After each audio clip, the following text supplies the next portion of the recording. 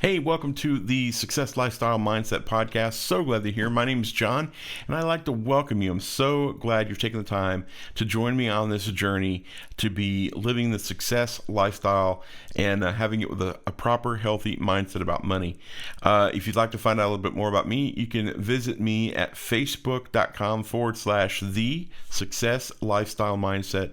Come join me over there. I share all sorts of great tips, how you can build wealth, how you can start your own business, and today we're going to be talking about 5 items that you must have if you want to be wealthy. These 5 items are going to actually make you wealthy, and we're going to break that down starting right now.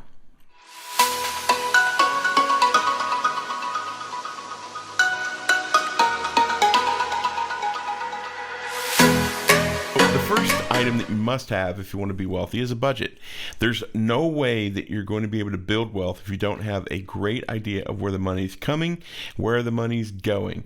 Budgets will help you with that. Now, it's one of those things that's not fun to go through, but accounting for every dollar that comes in will help you so much in the long run. It'll take a lot of pressure off you. If you go out, you go somewhere and you think, I really like to buy that, you can think about your budget. Do you have the discretionary funds that you can spend on it? Knowing where each dollar goes, accounting for each dollar, will definitely make sure that you keep your money at the forefront of your mind, and that way you won't get into trouble. Like spending money that you can't afford to spend, instead of buying that expensive item at the store, you're going to be spending it on bills, or you're going to be putting it into an investment account, or some of the other things we're going to be talking about in just a second. So make sure that you have a budget and you stick to it. It sounds like it's very confining, but in actuality, it's very freeing. The second thing that you need, the second item that everyone must have to build wealth, is zero debt. You have to get out of debt. The reason you need to get out of debt is there's many. First of all, getting out of debt will help you because you're getting out from underneath crippling amounts of interest. Credit cards are notorious for giving out credit to people who can't afford it, and the interest rates are ridiculous. People are paying on credit cards for years, and it's one of the things that just sucks all the money out of your bank account, and you don't really get a lot for it. The items that a lot of people purchased on their credit cards they're not using anymore, or they're thrown away, or they're put into Goodwill, or they were never used in the first place. It's just horrible what credit card companies are doing to all of us. So you have to get out of debt. Now, there is an argument to be made that some people would say, well, there's a lot of good debt if you're using some debt to buy rental properties or buy a house, or something that's going to have a positive return cash flow wise, and that's fine. But I'm talking about credit card debt, or debt that is unsecured, something that's just killing you with high interest rates. So if you're looking to get out of debt, I have a great solution for you, and it's called the debt snowball. You probably heard about it. If you do a Google search for it, they can explain it. But you have, let's say, 3 credit cards, and the third credit card has a much lower interest rate. So what you would do is you want to put every extra dollar that you can on that credit card to pay it off faster. Now, you're going to be paying the minimum balance each month on the other 2 cards, but as you start paying the first card off, the money that you're spending each and every month on the lowest card, you would then put on the second lowest card.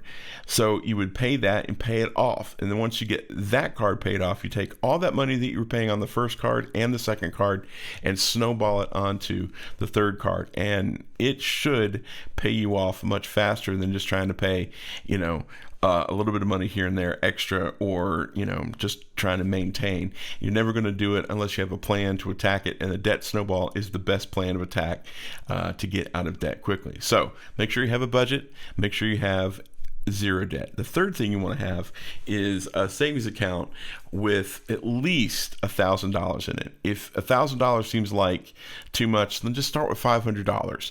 If you can somehow get $500, maybe you're getting some tax money back, or maybe we're still getting stimulus checks by the time you see this, or maybe you're getting a special gift for your birthday. Sock it away in a savings account. Don't spend it. Accrue a savings account of at least $500. If all of your tires get blown out at one time, you'll be able to replace them with $500.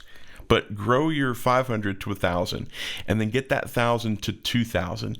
And then as you start putting more and more money away, try to get that up to at least 3 to 6 months of whatever your salary is. If you could do that, then that gives you the ability to make some decisions with your career, make some decisions with your life. You have some flexibility because you don't have to stress so much if something happens. Like, jobs will come and go, but if you have that 3 to 6 month worth of salary built into a savings account, you don't have to sweat it. You don't have to worry about, will there be unemployment? Will there be, some type of assistance? You have that money in the bank ready for you.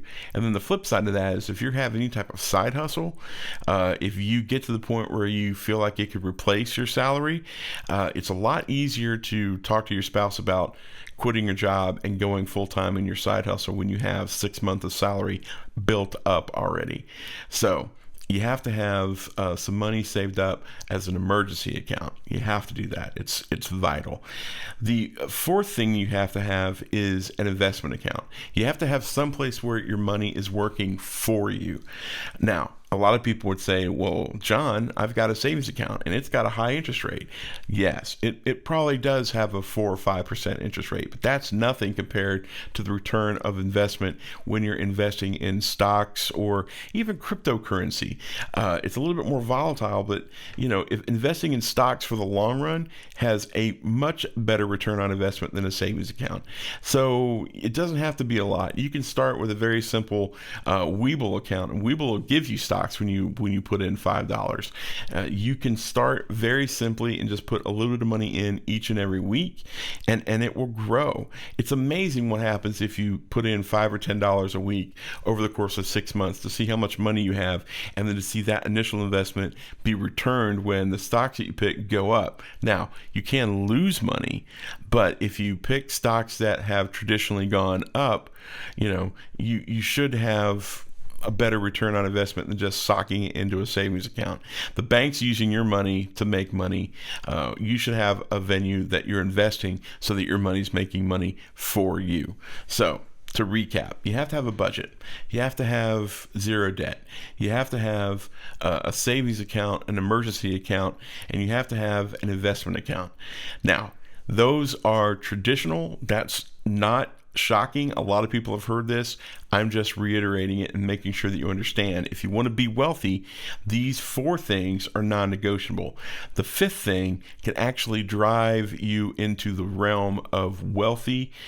Rich is a word that I don't like to use, but wealthy, if you're doing it the right way and doing it over time, wealthy is a word that I feel comfortable using, because everybody needs a side hustle.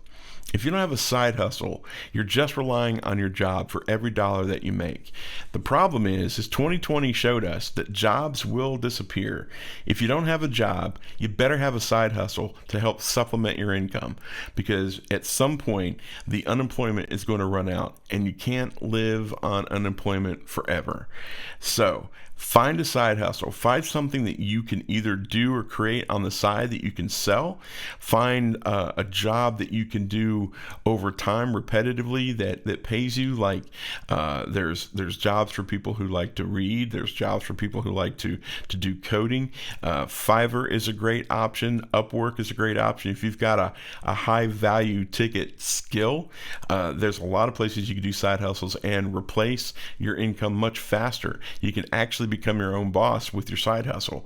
And if you don't have a side hustle, I have a great suggestion for you.